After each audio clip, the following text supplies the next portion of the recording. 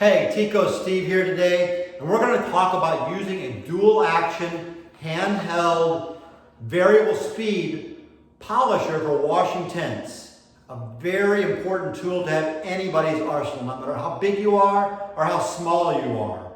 If you're washing tents with a rag or a scrub brush and it's taking you a long time and you're not getting consistent results, this small tool is a must-have for you. The dual action means that as that face of the polisher is turning, not only does it rotate, but it has an oblong, dual action type of motion to it, getting things done very quickly. The other very nice thing about using this is we can select what type of pad to put on there. We can select a blue pad for the little more aggressive stuff. Maybe you got a big sticker stuck on something and it's just going to require that little extra dig to get it out. Use the Teeco tar and tape with this, comes off instantly. Or you need to be a little more gentle on the tent just because you're doing some general cleaning. Use a little softer pad. But take a look at this. Really simple to put these pads on. Just a high-end Velcro type system. You literally stick it on there and it's done.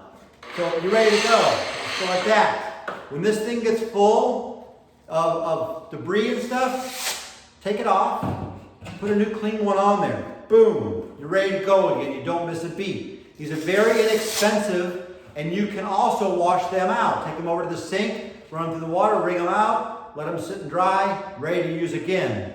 So the dual action is going to serve many different purposes, from large scale cleaning on a table to cleaning little spots like tar and tape or big stickers.